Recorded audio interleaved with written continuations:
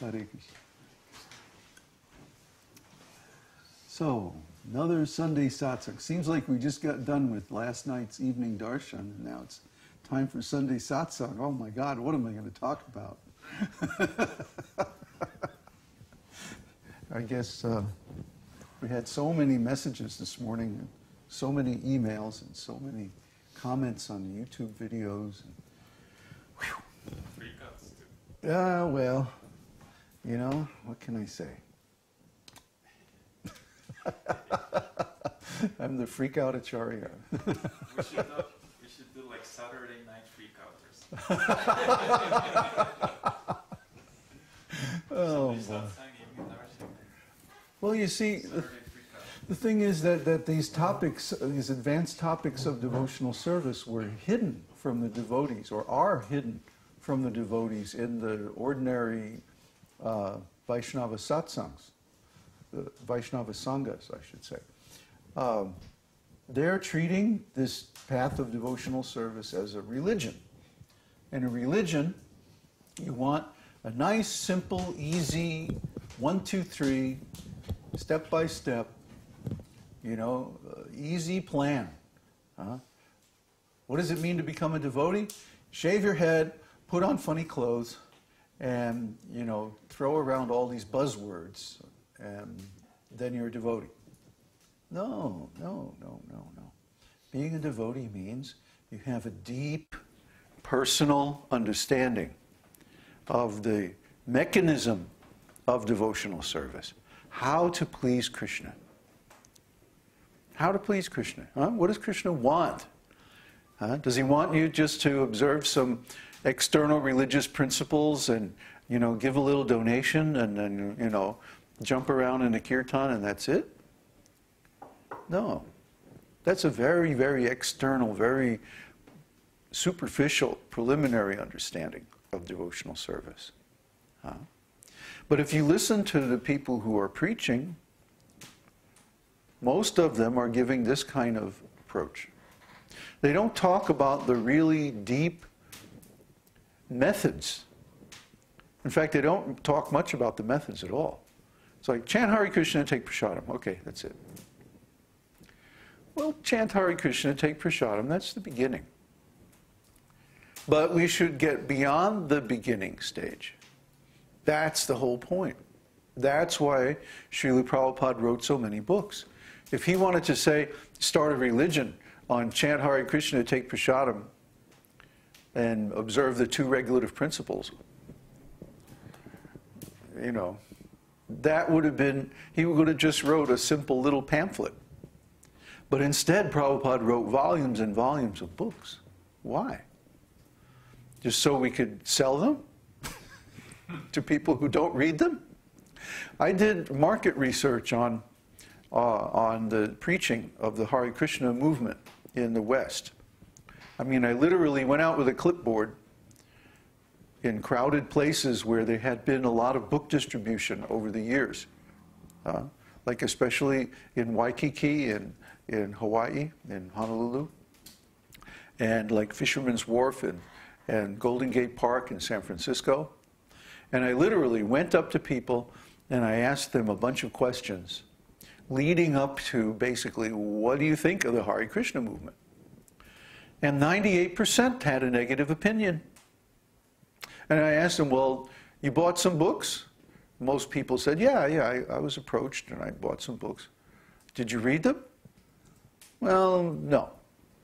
The majority, about 60% of the people who received a book never read it. Why? Because I didn't like the attitude of the person distributing the book, was the main answer. I didn't like their attitude. They were very, you know, dismissive. Here, take the book, give me some money, bye. Is that the way to start a relationship? I don't think so. If somebody treated me like that, I wouldn't want to have a relationship with them either. So we can understand that most of this preaching has been ineffective. Ineffective because, yes, they collected some money, yes, they sold some books, but the person went off feeling unsatisfied, dissatisfied.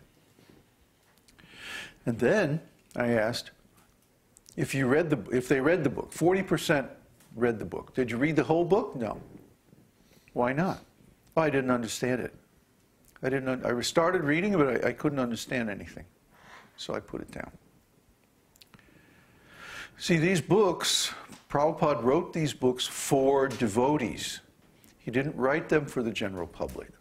At that time, I realized that we needed two things.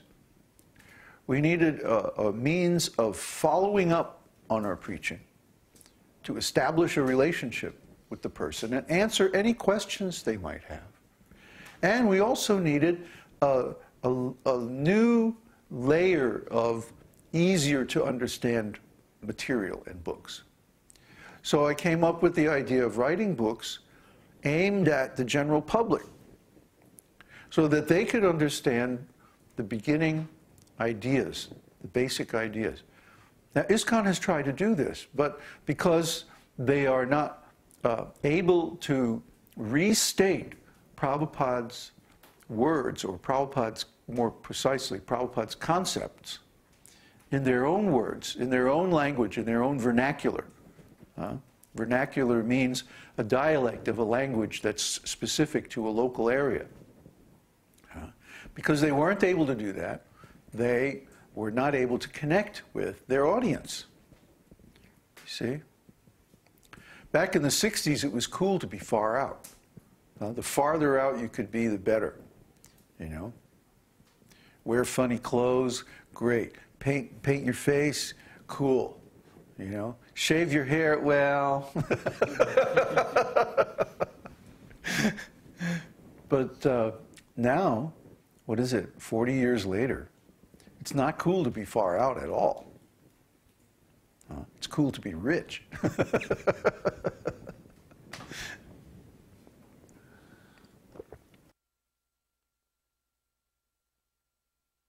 So times have changed.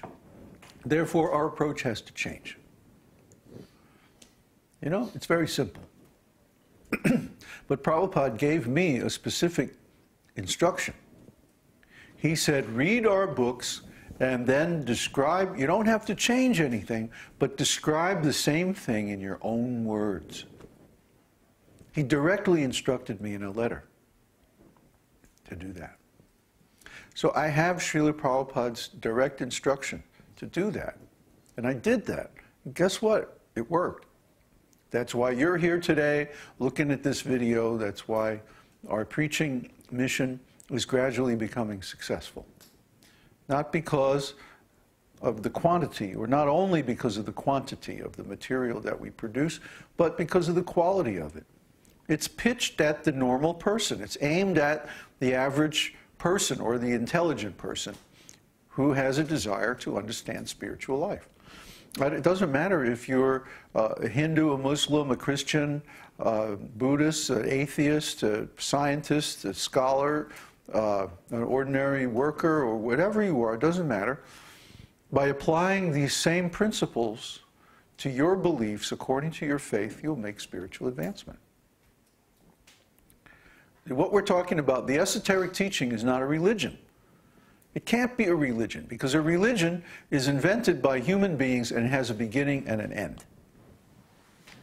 See, well, we're not talking about things that have a beginning and an end, because those are material.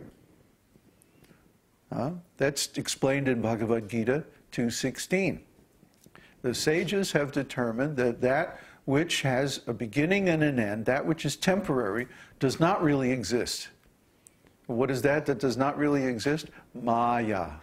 Maya. Maya means literally that which does not exist, that which is temporary.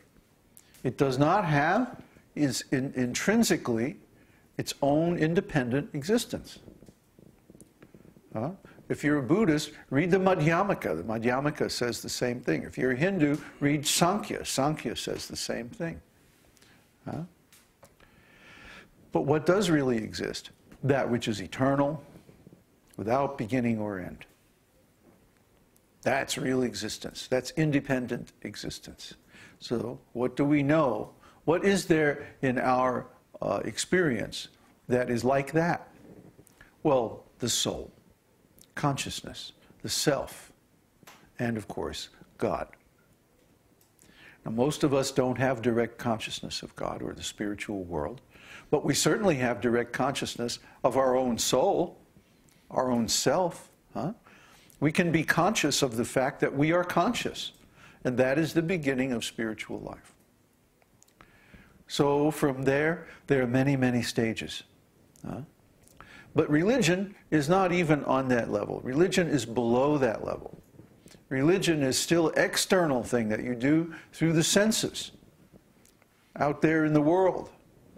You go to the church or the temple, and then you do some worship, or you do some ritual, or you do, some kind of service. And then you come home, and has anything really changed? Probably not.